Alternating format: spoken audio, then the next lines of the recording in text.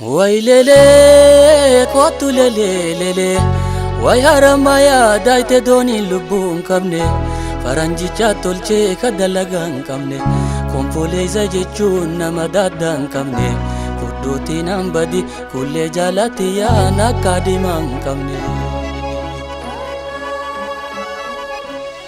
Way lele kootu lele way awwadaayi jimaana buumismaaruma gabbarri qaalawee barchaan dubraa kuma hiyyeessi waan fuudhu teenya tumbaasuma abadnuma fuudha hiyyeessinii zoree boruutu jaaroma.